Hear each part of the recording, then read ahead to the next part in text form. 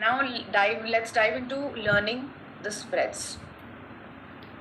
सबसे पहले आता है one card spread. How you gonna do a one card spread? You gonna centre yourself and ground yourself. You are going to get meditation from advance mastery. जैसे ही आप log in करोगे, कल से आपका प्रोग्राम स्टार्ट होगा, you are going to get a meditation. I want each one of you to start meditating with that meditation. नहीं हो रहा है, बहुत थॉट्स आ रहे हैं, ओके कोई बात, bring it back again. Meditation नहीं हो रही है तो ब्रेथ वर्क करो 4 times 5 times 6 times, जितनी बार भी ब्रेथ वर्क कर सकते हो. ब्रेथ वर्क क्या होता है? You have to inhale and exhale and you have to focus on your breath. This is how you will center yourself and ground yourself, and you'll forget what is happening outside the room you are sitting. अकेले बैठ के करना है सब कुछ. After that you pick any deck of your choice. Right now you're doing original Rider-Waite, so you're going to pick only original Rider-Waite. जब आपने किया, you have to knock it 3 times, just like this. Everybody, you can see me, right? So you have to knock it 3 times. However you want, जैसे भी आप करना चाहते हो आप वैसे knock करो, कोई रूल नहीं है इसके अंदर. Just have to simply knock it so that all the energy gets out of the cards. Then you have to shuffle the cards thoroughly. Ask your client's name and date of birth and shuffle the cards. ठीक है, मान लो हमने दिव्या के लिए reading कर रहे हैं, तो दिव्या का नाम लेना है पूरा एंड दिव्या की डेट ऑफ बर्थ पूरी हम लेंगे, साथ में शफल करेंगे. Then what you're gonna do is you're gonna, while shuffling you ask the name and date of birth. While spreading out you ask the question. So let's say, what is the guidance for Divya?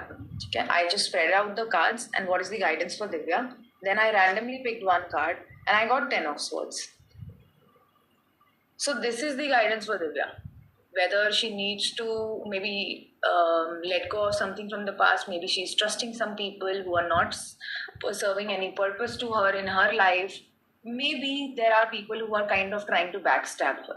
तो ये advice हम meaning से, यहाँ का जो meaning है, we are going to try and decipher the meaning out of it and we are going to help her fit it into the situation. अभी यहाँ क्या करेंगे, हम दिव्या को इंक्लूड करेंगे इनटू द रीडिंग. हम उससे पूछेंगे क्या आपको ऐसा लग रहा है there are people around you who are trying to backstab you?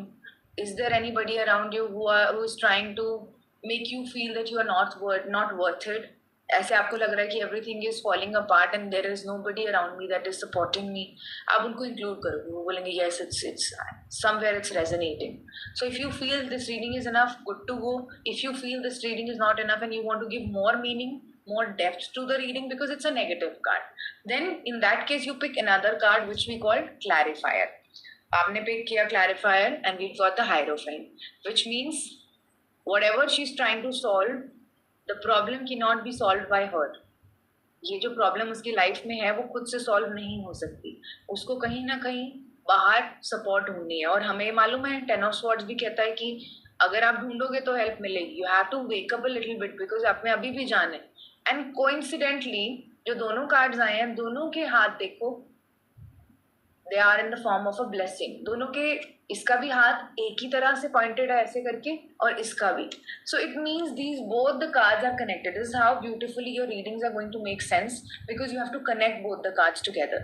इसका हाथ भी ऐसे, इसका हाथ भी ऐसे, which means this person has something in him left. अभी मरा नहीं है, अभी इसकी लाइफ खत्म नहीं हुई है.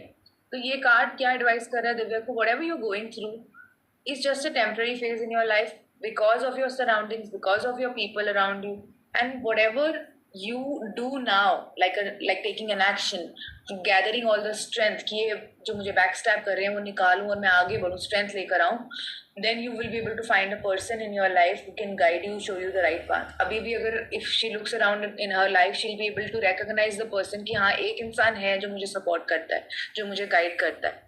मैं उसको अगर पकड़ के चलती रहूंगी तो मेरा रास्ता करेक्ट है. यही एडवाइस हमने उसके लिए पिक करी. अब मैंने बोला 1 कार्ड स्प्रेड, लेकिन हमने 1 कार्ड में क्लैरिफिकेशन नहीं मिली तो और क्लैरिफिकेशन के लिए एक क्लैरिफिकेशन कार्ड निकाला जिसको हम क्लैरिफायर बोलते हैं. And then I combine the 2 cards, तो हमें बेटर क्लैरिफिकेशन मिली. सिर्फ इस केस में जब हमारे कार्ड्स नेगेटिव आ रहे हैं या हमें कुछ भी समझ नहीं आ रहा, तब हम एक कार्ड निकालेंगे, ओनली 1 कार्ड. अब इससे आगे नहीं निकालोगे. अगर आप इससे आगे कार्ड्स निकालते हो, it means your reading is going in the right direction. You are not align, your readings are not correct. 1 card means 1 card. 1 card plus clarifier it can do, but इससे ज्यादा कार्ड्स निकालते हो तो reading गलत है. You have to redo the reading.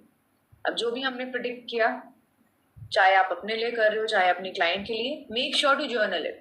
So if I predicted something for Divya, I'm going to journal it today. And हो सकता है थोड़े टाइम के बाद दिव्या मेरे पास आए और दिव्या आके बोले making whatever you predicted for me, it is now resonating. उस समय मुझे लग रहा था शायद आप कुछ गलत बोल रहे हो, it was not making sense to me. But अभी ये exactly वैसे वैसे हुआ.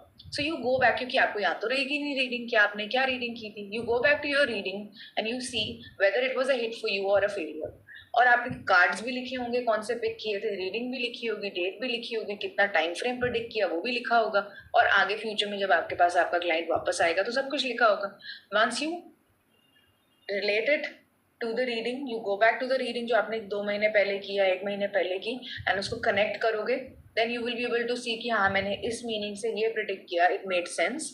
अगर कुछ रेजोनेट नहीं किया तो इस मीनिंग से ये जो रिलेट किया था वो it's not making sense, that meaning is not resonating with you. Whatever is resonating it's going to stay with you forever. Am I making sense everybody? अभी हम गाइडेंस कार्ड पिक कर रहे थे, दिन में card निकाल रहे थे अपने लिए, शाम को रिफ्लेक्ट कर रहे थे. अब ये मैंने आपको जो सिखाया वो क्लाइंट के साथ करना सिखाया कि अगर आप किसी की रीडिंग कर रहे हो, आज आपने कनेक्ट कर ली, शाम को थोड़ी ना उसको रोज बोलोगे कि आके मुझे अपडेट दे. कुछ आपने फ्यूचर में प्रिडिक्ट किया, वो 1 महीने बाद आ रहा है, 2 महीने बाद आ रहा है, तो आपके पास कम से कम रिकॉर्ड होना चाहिए in the beginning days. I am not saying 5 साल बाद आप टैरो रीडर बन जाओ, बड़े टैरो हीलर बन जाओ और उसके बाद भी आप यही रिकॉर्डिंग करते रहो. लेकिन फिलहाल अभी in these days, because you are learning, you need to understand what your hits and failures are, you are going to record all the readings, because अभी थोड़ी थोड़ी कर रहे हैं तो हम आराम से रिकॉर्ड कर सकते हैं. And it boost up your confidence, it will give you clarity if I am going in the right direction और नॉट. Making sense?